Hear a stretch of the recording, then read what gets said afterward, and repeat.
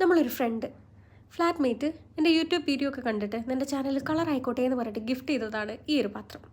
ഇതിലെന്തുണ്ടാക്കി ഉദ്ഘാടിക്കുമെന്ന് വിചാരിച്ചപ്പോൾ ആദ്യം വന്നൊരു ഐഡിയ ആണ് കേക്ക് ഉണ്ടാക്കിയാലോ എന്ന്.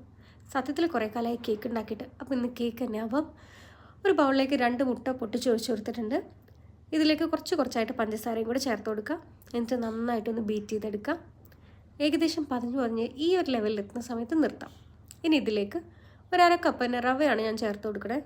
ഇതിന് പകരം നിങ്ങൾക്ക് മൈദയും ഇതേ അളവിൽ ചേർത്ത് കൊടുക്കാം കേട്ടോ.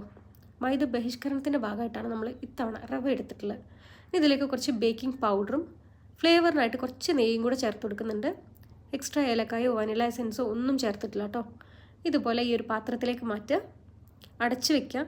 ഒരു 10-15 മിനിറ്റ് ഒരു തട്ടൊക്കെ വെച്ചിട്ട് ഗ്യാസ് ഫ്ലെയിമിൽ ഒന്ന് വേവിച്ചെടുക്കുക.